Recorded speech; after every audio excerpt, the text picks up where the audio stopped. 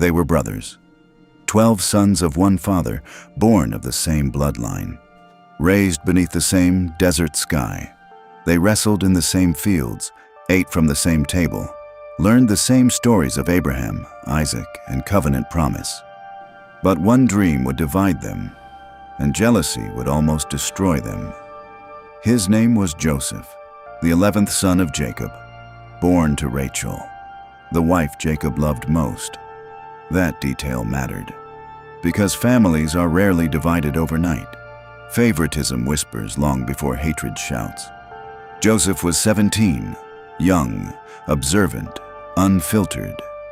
He worked with his brothers in the fields, tending sheep beneath the relentless Canaan sun. But unlike them, Joseph reported wrongdoing back to his father.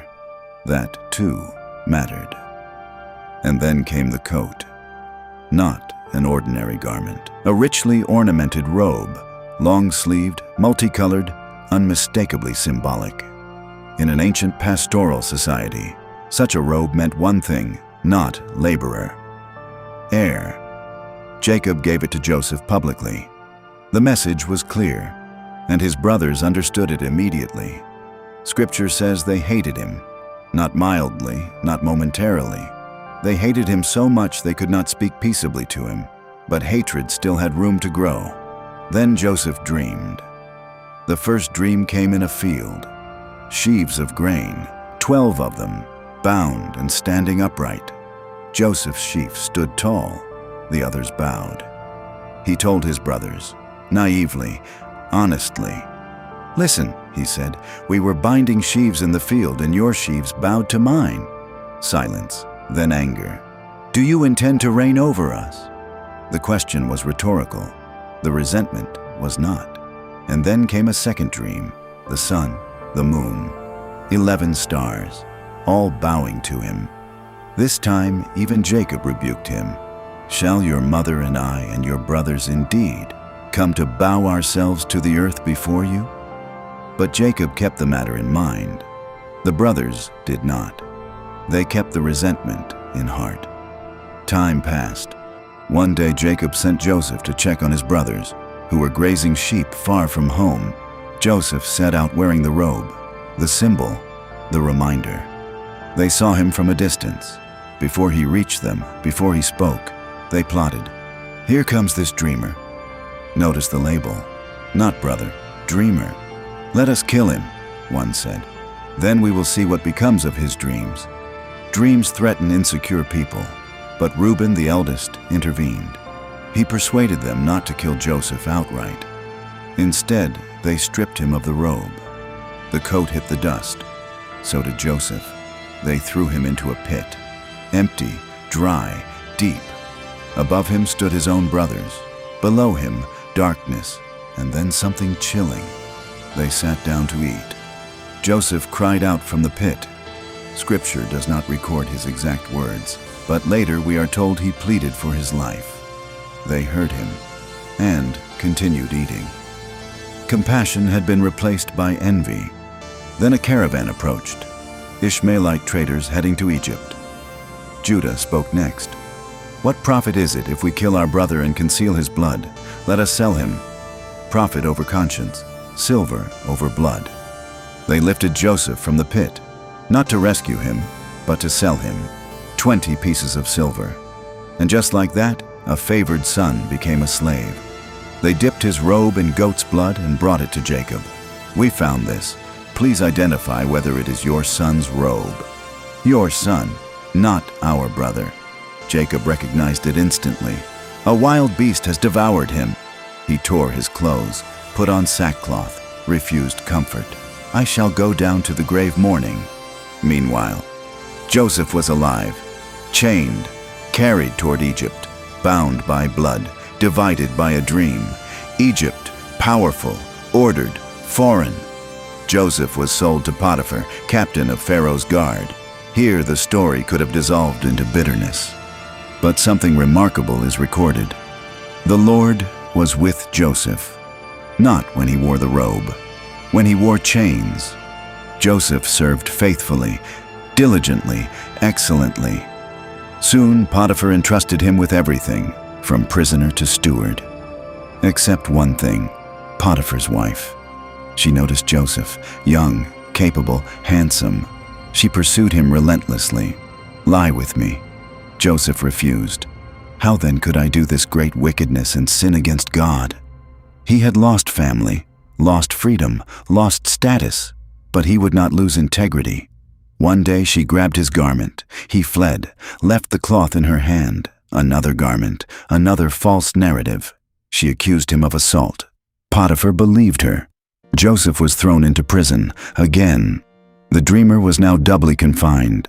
Pit, then prison. The pattern seemed clear. Dreams had ruined him. But Scripture repeats the line, "The Lord was with Joseph." In prison, Joseph interpreted dreams for two fellow inmates, Pharaoh's cupbearer and baker. One would live, one would die. Both came true. Joseph asked the cupbearer to remember him. He forgot. 2 more years passed. Silence. Waiting. Sometimes the hardest part of faith is not suffering, it is delay. Then Pharaoh dreamed.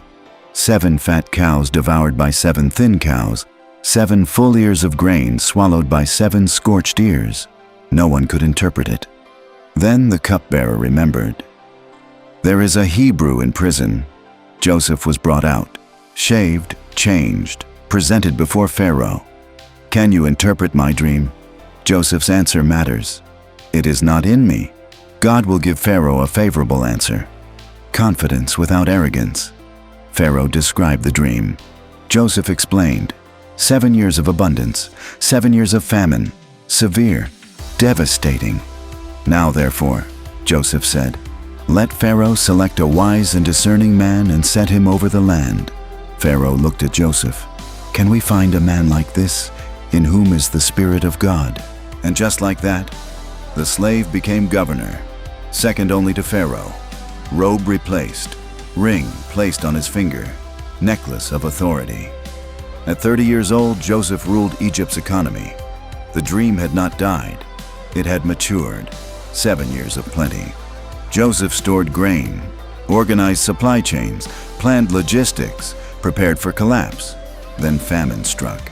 Not just Egypt, Canaan too. And in Canaan, Jacob's sons were hungry.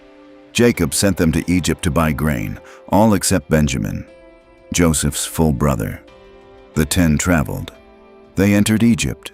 They bowed before the governor, Joseph. They did not recognize him, but he recognized them instantly.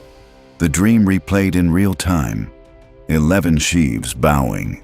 He could have revealed himself immediately. He did not, because reconciliation requires transformation. Joseph tested them, accused them of spying, imprisoned them briefly, demanded Benjamin be brought. When they returned with Benjamin, Joseph orchestrated one final test. He planted a silver cup in Benjamin's sack, then accused him of theft. If they were the same men who sold him, they would abandon Benjamin. History would repeat. But Judah stepped forward, and something had changed. "Please," Judah said, "let me remain as a servant instead of the boy." The same brother who suggested selling Joseph now offered himself in sacrifice. Jealousy had become responsibility. The family was no longer divided by envy. Joseph could not contain himself. He dismissed the Egyptians, wept loudly. "I am Joseph." Silence, terror. "Is my father still alive?" His brothers were dismayed. Fear flooded the room. This was the moment of reckoning. He had power.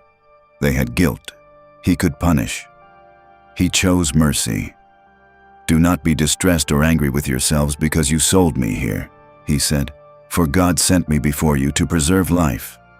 Perspective changes everything. They meant betrayal. God meant preservation. It was not you who sent me here, but God. That does not excuse evil. It reframes sovereignty. Joseph wept, embraced Benjamin, kissed each brother. The dream had divided them, but suffering had refined him. He did not use power for revenge. He used it for restoration. Jacob came to Egypt, an old man, fragile. When he saw Joseph alive, he said, Now let me die, since I have seen your face." The family settled in Goshen, protected, provided for. Years passed. Jacob died, and fear resurfaced. The brothers worried Joseph would retaliate now that their father was gone. They sent a message pleading for forgiveness. Joseph wept again. "Am I in the place of God?" Then the defining statement, "You meant evil against me, but God meant it for good." Not poetic exaggeration, theological precision. Intent and sovereignty intersected. Human will acted wickedly. Divine will worked redemptively. Joseph sustained them, spoke kindly to them, bound by blood, restored by mercy. This is not just a story of family conflict. It is a story of formation. A favored son became a faithful servant. A betrayed brother became a forgiving ruler. A dream once delivered in immaturity became fulfilled in wisdom. Joseph's early dreams were accurate, but he was not yet ready for their fulfillment. Character must expand to sustain destiny. Pit seasons prepare palace seasons. Prison seasons prepare leadership seasons. The robe did not qualify him. The suffering did. And at the center of it all stands a question. What do you do when those closest to you wound you? Joseph chose trust over bitterness, integrity over compromise, forgiveness over vengeance. He did not deny the wrong. He declared a greater reality. God was weaving purpose through pain. They were brothers, bound by blood, divided by a dream, but in the end, reunited by grace. Because sometimes the dream is not about elevation, it is about preservation. And sometimes what looks like betrayal is the path to becoming the very answer to the ones who hurt you. Joseph died in Egypt, but before he did, he made one final request. "When God visits you, carry my bones from here." He believed the promise, even in a foreign land. The dreamer never stopped believing, and generations later, his bones were carried home. The story that began in envy ended in faith. And the God who was with him in the pit was still with him in the palace. And that changes how we read every dark chapter in between. If this story has blessed you, please consider subscribing. May God richly bless you.